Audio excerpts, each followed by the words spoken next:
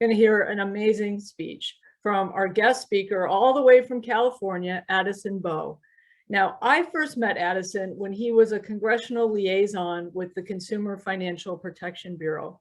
And the CFPB is a very important agency, and he would come and sort of hang out and talk to us about all the questions we had about this new agency. And at that time, Jackie and I both worked for members on House Financial Services, and we had a lot of questions about what was happening, what they were going to do. And he just was great. He answered all our questions. He had quite a vision for where we were confused on things, and we really, as Hill staff, rely on congressional liaisons. But Addison had a whole separate side I had no idea about. He was an amazing storyteller. And he once invited me to, I believe it was a Moth event, but it could have been a TED Talk or something else. It was years ago, I forgot. But he was talking about his experience working for Representative Gabrielle Giffords and his connection with Gabe Zimmerman. And I just remember feeling like this is the most amazing speech I've heard. It was so honest, so memorable. It had such insights. And I just thought, I want to hear more of Addison's speeches. And I think, like some of you on the call today, I became kind of a groupie. And whenever he would speak, I would try to go see it. And so I was thrilled when he agreed to wake up early. He's now in California, and be our first speaker in our 50-year guest speaker series at US Senate Toastmasters. So please help me welcome Addison Beaux. Thank you so much. My neighbors have decided to do landscaping today. So can you hear the lawnmower, or is it perfect? Okay, great. Well, first, I just want to say what an honor it is to be here with all of you. I deeply appreciate the invitation. And thank you so much, of course, to the US Senate Toastmasters Club and President Betsy Carswell, and of course, Senate staffer Carol Wayman, and all of you for making this moment possible. There is a kind of cynical saying that I heard when I moved to Washington, which speaks to the influence of the political climate on interpersonal relationships, which is, if you want a friend in Washington, get a pet. And if you want two friends, get two pets. And I am certain that whoever said that had never met Carol and Betsy, because I felt so fortunate to connect with two such lovely, sincere, good souls who really tried to connect meaningfully with anyone that you came into contact with. And it was just such a welcomed experience. So I appreciate having known you then. I appreciate this invitation now. And especially I feel honored to help your club celebrate 50 years. That's a really incredible and tremendous accomplishment.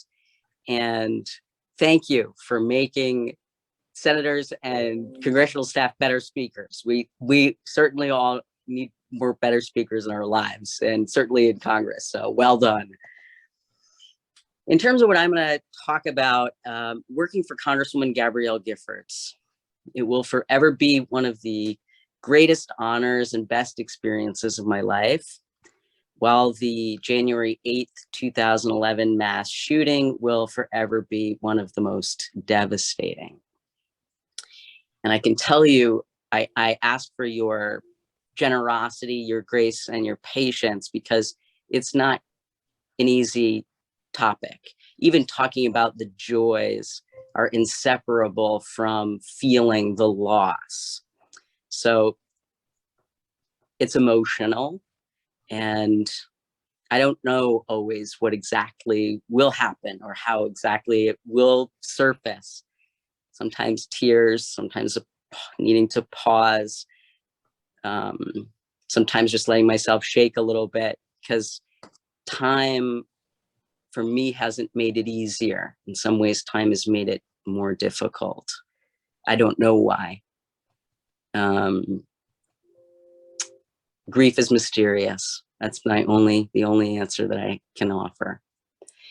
But when anyone who's experienced something so sudden or tragic, time becomes, at once organized into three parts: everything that happened before that moment, and then everything that happened after that moment. And that's certainly true for how my mind has wrapped itself around my experience working for the Congresswoman with the megawatt smile. So I'm going to cruise through those 3 parts, and we'll probably go slightly longer. That's okay. So just starting with before the shooting. So after changing her party affiliation, which some people don't know, from Republican to Democrat, Gabrielle Giffords, who is a 3rd-generation Arizonan, began her public life in 2001 as a member of the House in the Arizona State Legislature. A couple years later, in 2003, she was the youngest woman to serve in the Arizona State Senate. She was passionate about children and education, and one of the big ideas that she championed was high-quality all-day kindergarten. For some reason, I remember one day I was running errands across town in my truck, and I heard on the radio that longtime Republican and openly gay Congressman Jim Colby had announced he wouldn't seek a 12th term. And radio pundits were discussing likely prospects for replacing him, which was the first time I heard the name Gabrielle Giffords. Now, I listen to radio pundits all the time. This is the only thing I ever remember about having listened to the radio. I heard her name for the first time. She would, of course, go on to win the seat and became the 3rd woman and the first Jewish person to represent Arizona in the US House of Representatives. She started serving in January of 2007. Now, there's some people who are joining us today or who will watch this, who haven't been campaign staffers or congressional staffers, and who may not know, like lots of folks, that members of Congress have several offices. One, of course, is in Washington, where policies are discussed, legislation's written, and it's obviously near where votes are taken. And then there are district offices in the member's state. So district offices are responsible for representing the member on a day-to-day basis within the district, convening stakeholders, organizing and participating in outreach events, and responding to the most immediate concerns of constituents. At the time, Congresswoman Giffords represented Arizona's 8th congressional district, which is largely now Arizona's 2nd congressional district, and it includes more than 700,000 people, all of whom were always encouraged and welcomed to contact the district offices for help with any issues they were having that involved federal agencies or the federal government. The Congresswoman had 2 district offices, one in Sierra Vista and one in Tucson, where 6 to 8 constituent services staff, which is about 100,000 constituents per staffer, and a team of very talented college interns who were essential to our work, did the work of constituent services. Now, in terms of how I got lucky enough and was fortunate enough to end up on this team. Someone I previously worked with, someone who is profoundly gifted as a social worker and who's a beautiful human being, Patti Valera, worked for the Congresswoman in constituent services. Her specialty was helping veterans navigate challenges with the VA. And she had, unbeknownst to me, offered my name up as someone who might be a good fit for the office. I'd previously been the lead researcher of a regional think tank and had spent several years studying the impact of predatory mortgage lending and payday lending on low to moderate income families. But I had gotten my heart broken in the process. Like, I remember learning about a state legislator and how his home loan was suddenly forgiven by his lender days ahead of a big vote on consumer-friendly legislation. I did not yet have a strong enough stomach to simultaneously witness dire human need and the political corruption that created or exacerbated those needs. It was too up close for me. So I turned from public policy to work and follow another big passion, which was child and family counseling psychology. So I was preparing to start grad school to become a child and family therapist when I got a call from Joni Jones, the epically kind office manager at Congresswoman Giffords' office. She was wondering if I might be interested in coming in for an interview. The truth was, I wasn't, but I didn't tell her that. In my mind, I was thinking, oh no, I'm not doing that again. I've made my decision, no more caring and hoping that politicians can be actual agents of change. My mind is made up. I'm going to be a therapist, and that is the end of it. But Joni was so nice on the phone, and I was such a sucker. So what actually came out of my mouth was, sure, Joni, I'd love to. So I went to the office and met Joni, who is truly one of the kindest, sweetest, and funniest human beings on the face of the planet. And I met District Director Ron Barber, who had dedicated more than 30 years of his professional life to helping developmentally disabled adults achieve maximum levels of independence. And I met, and this is where it gets hard.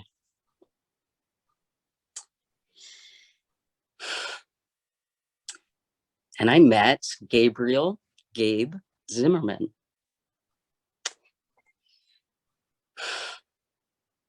The Constituent Services Director, who would later become the Outreach Director. Gabe was a very willowy, smiley, sincere social worker. Sitting down with three of the loveliest heart of gold public servants, my little bitter heart lit up. I immediately recognized the palpable goodness of them and what that very likely meant about the woman who inspired and hired them. All my resolve to leave politics melted. I was a goner. The three of them, their combined presence, completely hijacked my lost hope and my heart. The rest is literally history. I ended up doing both. I was in grad school full-time to become a therapist, and I joined Congresswoman Giffords' team in 2008 at the height of the financial crisis and the housing crash. As a constituent services staffer, I was responsible for handling a portfolio of casework. Everyone who called in dire financial need. People facing job loss, foreclosure, debilitating debt, student loan debt. I spent most of my time preventing banks and servicers from unethically or unlawfully foreclosing on people's homes. I approached constituent services like it was the helping people Olympics, because I love helping people, and I'm also a little competitive. I wanted to be the best that I could be at helping people. I wanted to be the Simone Biles of my realm. And I am honored to report that the Congresswoman, my colleagues, and the interns truly made it possible for me to become my best in service to others. And I can only hope that I help them become their best too. I can tell you that me becoming my best, it was a steep learning curve of learning to become patient, cooler tempered, and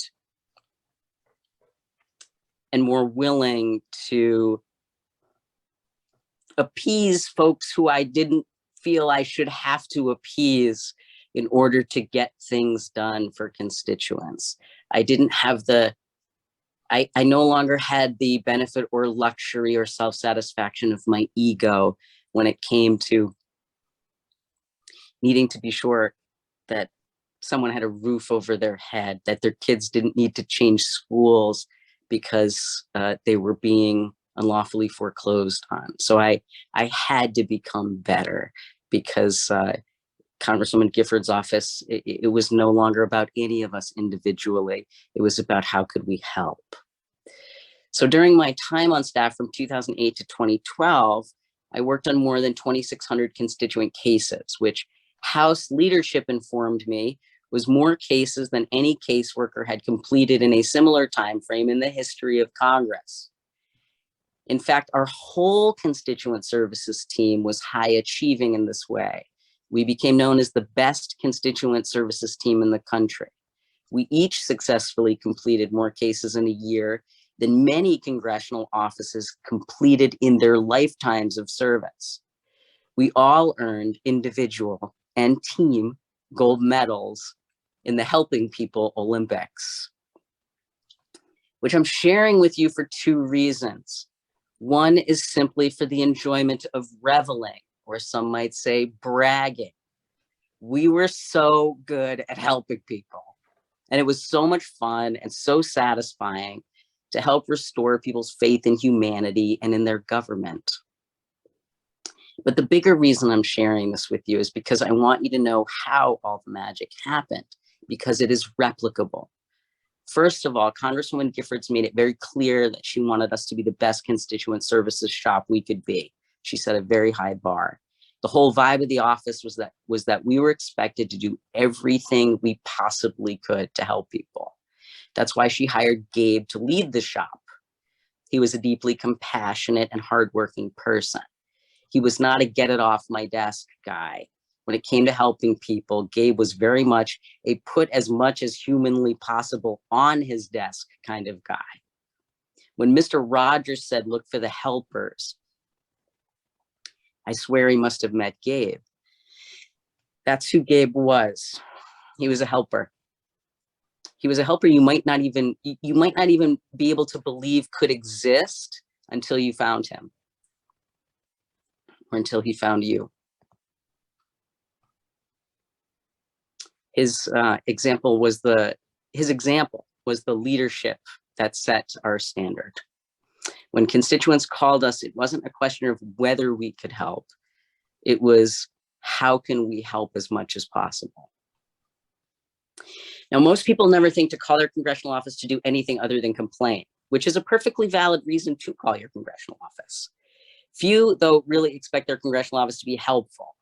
Whereas our office became so well known for being so reliably and prolifically good at helping people, I swear people started calling us to be like, hey, can you help me open this jar? Because I once got a call, can you help me administer B12 shots to my alpacas? And it tells you something that my immediate reaction was to Google, how do I stick a needle in an alpaca? Now, the next thing I want to say about our work in the time before the shooting was that our office broke major ground on something really substantial that set the standard for congressional offices nationwide. It has to do with my portfolio of casework. Unlike other portfolios that were tied more directly to a federal agency, things like veterans issues or Social Security issues, mine was related to the financial crisis. It involved banks, financial institutions, lenders, loan servicers. Now, the primary vehicle that congressional offices typically use is to send a template letter signed by the member of Congress on behalf of the constituent to whatever federal agency is involved to initiate the case, which is called a congressional inquiry. Then to make follow-up calls to keep things moving and to get answers. So a typical case from, say, Patty's caseload was a veteran calling to say they were completely disabled from their Gulf War service. They could not work, but the VA had only granted them 10% or 20% disability status, which was not enough money for them to live on. And as a result, many times they were facing homelessness. So Patty would learn everything about the person's medical condition and their associated psychological issues that were disabling the veteran, and she would send off the template letter to initiate the inquiry, then make follow-up calls with the information she had to try to talk through the case, to persuade the VA, or to find out what documentation was needed to present to them that would allow them to help the veteran. So with my casework, as I became increasingly overwhelmed with calls from truly terrified and sometimes suicidal homeowners, people who'd lost their jobs, had gotten sick and couldn't work, people trying to modify their loans but hadn't heard from the bank, I was faced with the dilemma of how to help them. At the time, there was no Consumer Financial Protection Bureau. There was no single federal agency responsible for holding banks and servicers accountable when it came to consumer loans. I would write to the closest fit, the Office of the Comptroller of the Currency, but I learned that doing so was not materially or substantively helpful. By the time they could respond in 3 to 5 months to say there was nothing they could do, people had already long lost their homes. The OCC couldn't force a private company to do anything for particular homeowners. What I wanted to do was to write to and to call financial institutions directly, but that had never been done before. Congressional offices had never sent congressional inquiries to private companies before, at least certainly not behalf on everyday constituents, because Congress doesn't have the same kind of jurisdiction over companies or federal agencies, and because of the potential of abuse of power that could happen if members of Congress suddenly started contacting banks to seemingly or actually ask for special favors on behalf of constituents. But the mortgage crisis in Arizona was too bad. It was devastating to not do anything about it. We were among the 5 hardest hit states. So I went to Gabe and I asked him for 2 things. One was to allow me to write to and to call financial institutions directly. I was well aware that I would need to take great care to do so ethically, but I was confident that I could skillfully walk that line. And in any event, we had to do something different if we were going to be able to help people keep their homes. The second thing I asked for was Ron's, and the Congresswoman's trust. Typically, we sent a congressional inquiry that was a very templatized letter that would fill in the constituent's name, a general description, couple words of the issue, and then send it off. The federal agency would then we'd include an attachment, which was in the constituents' words, the issue in the constituents' words, and the federal agency would then respond to the issue as the constituent represented it. And what I wanted to be able to do was to retell the constituents' story in a more compelling, clear, and persuasive way based on our understanding of what agencies need to hear in order to do their jobs. So I asked to be able to craft each letter individually and to be able to really tell the story of constituents to financial institutions so that they could do something about it. But very specifically, if I was going to do it that way, I needed to be able to do it without anyone reviewing or approving those letters, because that would take too long. I just needed them to trust me to write the letters appropriately and to send them off under the signature of the Congresswoman. So this was a big ask. Gabe took my request to Gabby, to Ron, and this is why I was able to help people, because they agreed, they trusted the people that they hired.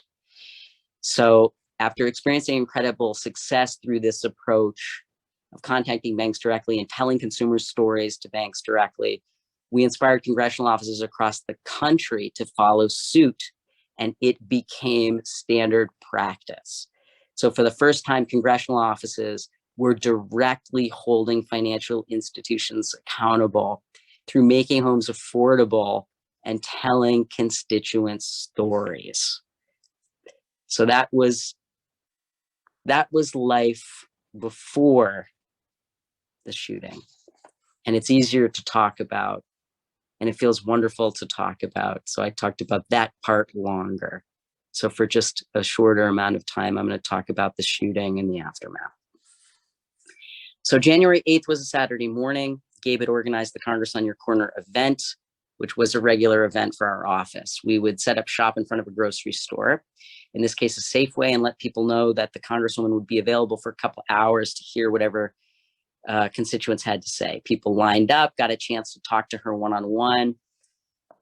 I had helped, staff every Congress on Your Corner that we had hosted since I had started working there. The day before the event, I would always ask Gabe, what time would you need me the next morning? And he always had the same answers, roughly 8 or 8:30. But January 7th, this Congress on Your Corner was the only time he ever gave me a different answer. He, at 4:59 p.m., for some reason, I remember with the time on the clock, on Friday, he said, I don't think we need you. And I was so surprised. and a little thrilled to maybe not have to work on a Saturday. So I said, really? And he said, yeah, I think we've got it covered. And I said to him, wow, this must be my lucky day. And he looked at me and said, yes, it is.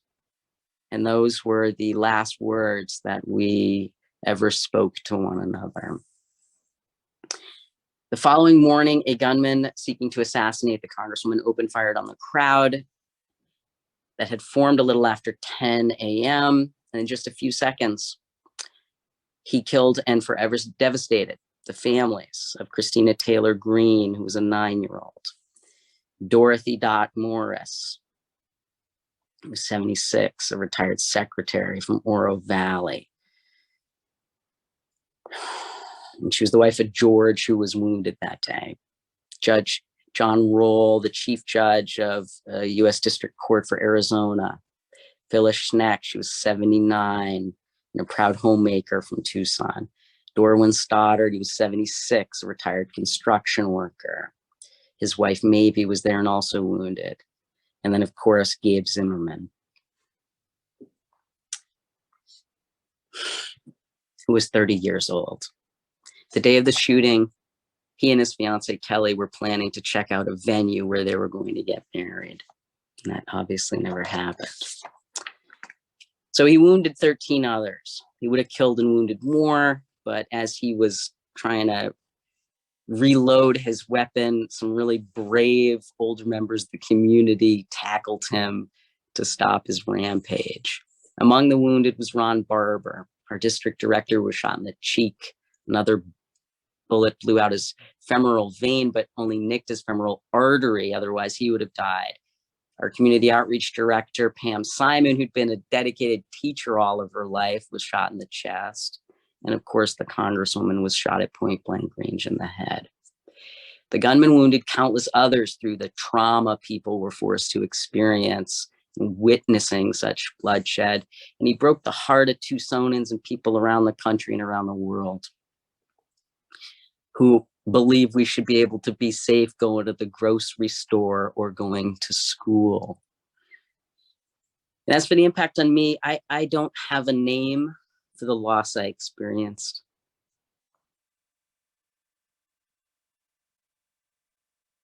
I just don't even know what to call it.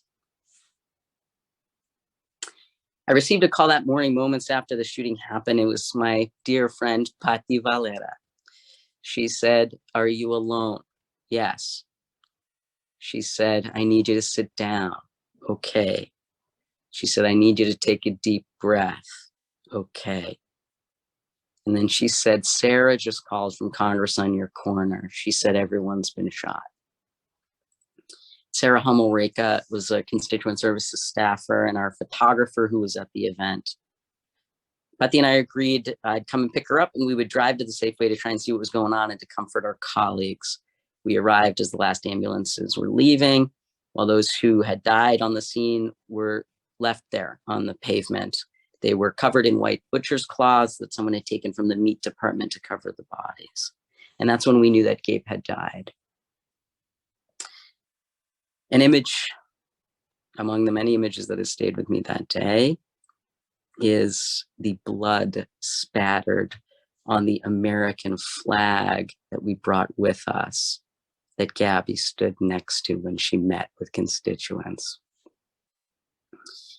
Another image is when I drove to the hospital where Gabby was in surgery and our team was gathering. As I was pulling in, I saw Emily Nottingham, Gabe's mother, pulling out of the hospital parking lot. And I looked through the windshield at her. I saw that Kelly O'Brien was in the front seat, the love of Gabe's life, his fiance. I remember her face. She was crying, utterly destroyed. I knew that she must have just found out that Gabe had died. And I remember Emily's face. It was calm, focused. In that moment, the face of a mother. But in that moment, the face of a mother taking care of Kelly. She was so together and strong. driving Kelly home.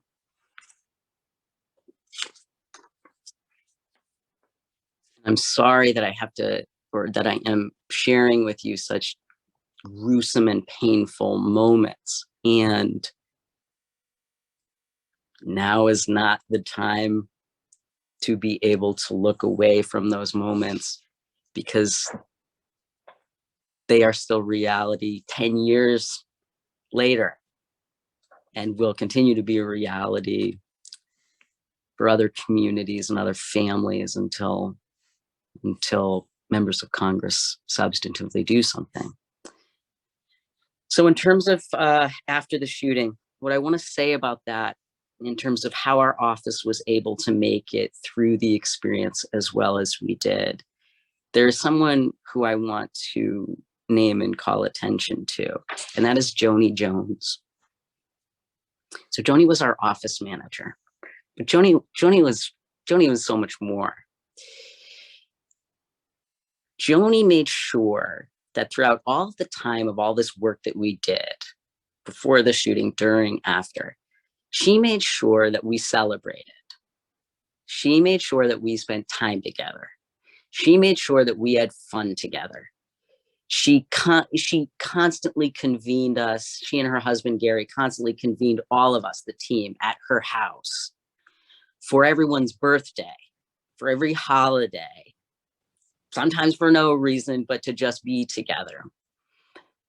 And her presence in the office of being kind and making sure that we spent time together built such strong, in addition to all the meaningful work we were doing, it helped to build such strong bonds between us, so that by the time the shooting happened, we had a habit of coming together and supporting each other and knowing each other and laughing together and being together. So Joni and her role in that, and Gary's role in that too, with the benefit of retrospection, is one of the things I credit most for how well we were able to manage something so truly terrible as a team, and how our team was then able to care for the community because we were such a strong, bonded team.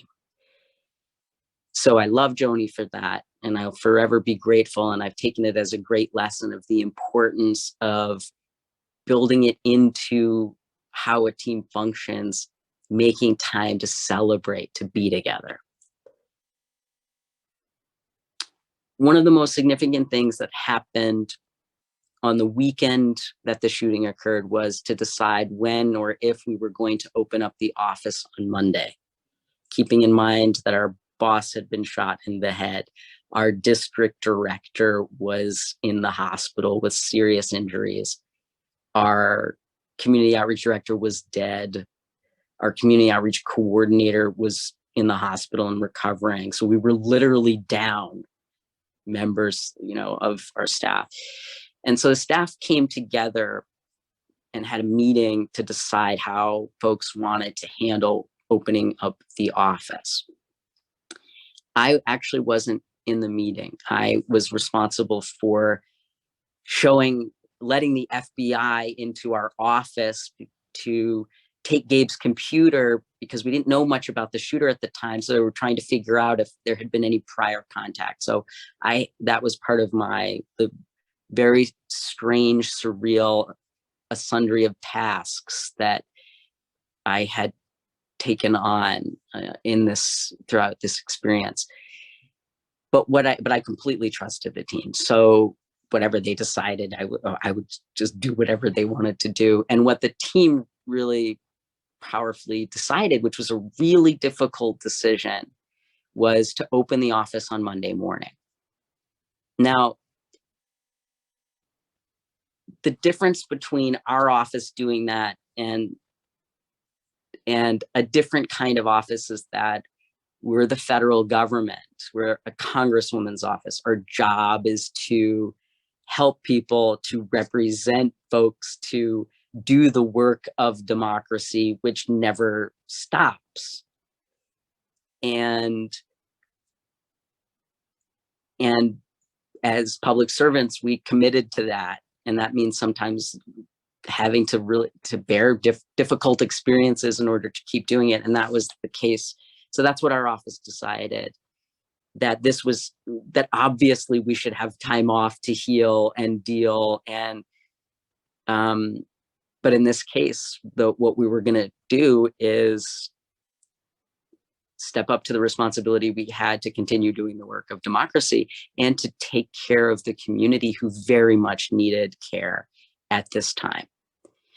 And they were going to come to our office for that care, and we wanted to be sure that our doors were open to provide it, regardless of how personally painful that was for each individual. That is ultimately the decision that the office collectively made to open up the office on Monday at the same time we always did, 8 o'clock. So we did. And, you know, history, I feel like we don't have a choice sometimes in what is our work to do. I tried to resist working in public policy and caring and being in politics again, but that's not what was meant to happen. It just so happened that I was the person who opened, one of the memories that will stick with me forever is when it was my responsibility to help coordinate with the police department's security for the office for us to open it safely, and to organize the interns to arrive early to be able to set up the office to receive people that we knew would come pouring in. And so I had to open up the office to make it available to the interns so we could set up. And I'll just never remember the feeling and the sound and the stillness of putting the key in the lock that morning and opening the office. And there were 2 interns that arrived, were so eager to help. They arrived before I did, and they were waiting. They were waiting to be there to be helpful. They weren't even interns anymore. They were past interns that showed up to be helpful, because that's how amazing they are. And I just remember opening the office. And so that's what we did. And literally thousands of Arizonans poured in, and we hugged and we held them. And the last thing I'll say is that day there was a man sitting in a chair in our lobby, and he was just sitting there, and he had a cane, and we figured people needed time to just sit and cry. So we didn't bother anyone. But after a long time went by, we finally went up to the guy and said, is there anything we could do? Is there anything he needed? And he told us that he had a meeting that day scheduled with Gabe. And the meeting, he had scheduled a meeting with Gabe to thank Gabe. He had HIV, and he did not know how he was going to afford the medication he needed to manage his HIV. This technically was not an issue that we would have been able to solve. I didn't even know Gabe was working on it. He didn't tell anyone he was working on it, but he solved the issue, and he got the guy access to affordable medication. So the guy was coming in to thank Gabe for what he described as saving his life.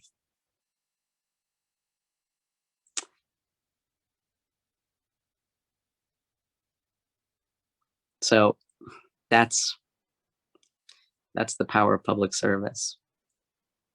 Thanks for the opportunity to share, to go over time, and to listen. Oh, Addison, thank you so much for talking about the work that congressional staff do. We're never in the frame, we're always behind the picture. And I know all of us, people don't know what we do, and they're interested in what we're doing. And you've always been just such a top-notch public servant. So appreciate you explaining what you did and all the great work that Congresswoman Giffords, my only time meeting Congresswoman Giffords, I was in the members only elevator during a vote, which is a big no-no. You should, if you're a staff, you should not be in a members only elevator, but I was rushing to something and she got in the elevator. And you're right, that smile just, it just felt like I was bathed by light, because instead of saying, what are you doing? Get out of here. I'm going to turn you over to your member, which some members do. She said, what are you here for? What are you working on? And she was just so warm and effusive. And it was just, she was beautiful. And I remember that moment of like, she's an amazing woman. And She it was is. long after that, that the horror happened that you spoke about. So to everybody on, you and everybody on this call who worked with that office, you know, we stand with you in your grief, and I wish we all didn't have to keep living these horrors every few days, it seems. I know you've been very kind to agree to a couple of questions. So I want to turn it over to Christina Willis, who is one of our members for 3 years. She is in the Engaging with Humor path, completed her level 3. She's also a published author, Sustainable Networking for Scientists and Engineers. And there's a wonderful talk that we have on our website, at our Facebook page, where you can learn more about her. And she is going to lead our Q&A. Christina? Thank you so much, Carol. And thanks again, Addison, for that just incredible speech and really deeply moving and beautiful imagery, as well as very intense emotional content. So I have the privilege of moderating questions today for Addison. So who would like to kick us off with questions? Deviki, did you have a question? Yes, thank you so much. One of the questions I had that, again, Addison definitely partially covered in mentioning why you chose to go into public service. A lot of it had to do with the leader and the team, the people just really resonated with you. Have you ever in your time working in public service felt a disconnect between yourself and your office's values, or the values of the leader of your office, and how did you deal with that? I love that you have asked this question, because I actually almost didn't get the job at Congresswoman Giffords' office. Funny enough, at first I didn't want it. Then after I met them, I did. And then I almost didn't get it because of this question you've asked. In my previous, I had a little bit of a reputation, which I think I might even still have, to be perfectly honest, which from my prior life, or from my prior work in public policy, within the organization that I worked in, I was known for speaking up if I thought that we were deviating in any way from what our principles were and our stated purpose was. And I would never go outside, of the organization, but I would be willing to speak up within, to say, to at least speak my conscience, to say, could we thread the needle a little more precisely? Is there anything we could do to be more in alignment? Because admittedly, I don't have a high tolerance for, if we say we are about this, about fairness, and about, then that's what I look as, like, then we better be about fairness. And so if I perceive that we're not, then I will say something. Behind me are my ancestors. I come from some stocky, stubborn Polish and Russian Catholics and Jews who were factory workers and coal miners and farmers and union presidents and leaders. I'd come from people who spoke up.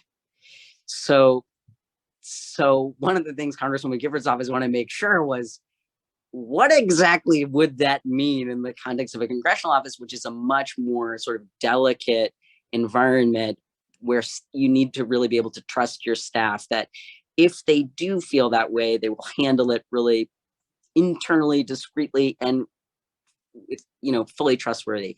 So I love this question because, yeah, that's a challenge of any.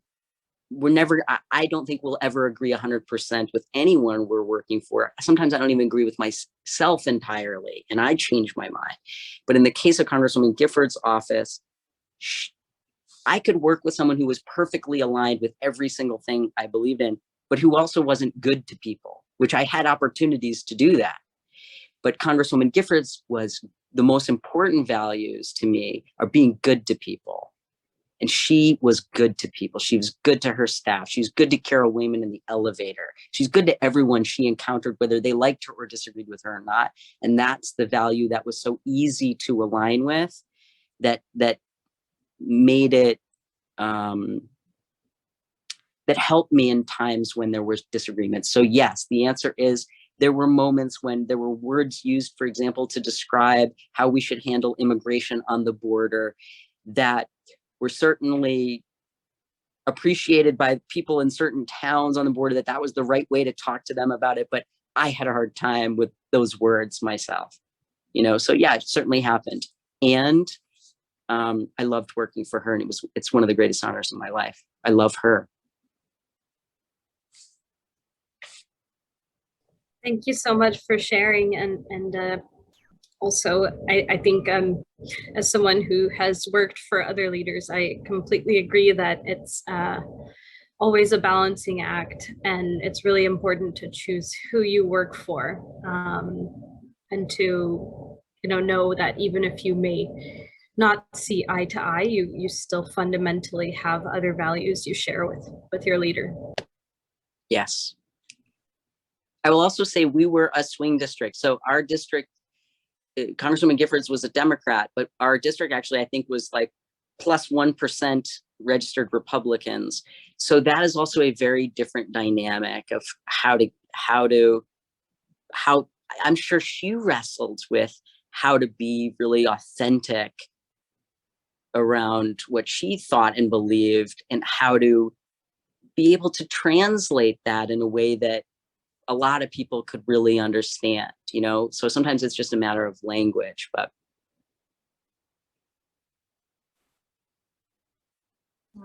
thank you so much, Devaki, for that great question, and Addison for the interesting answer.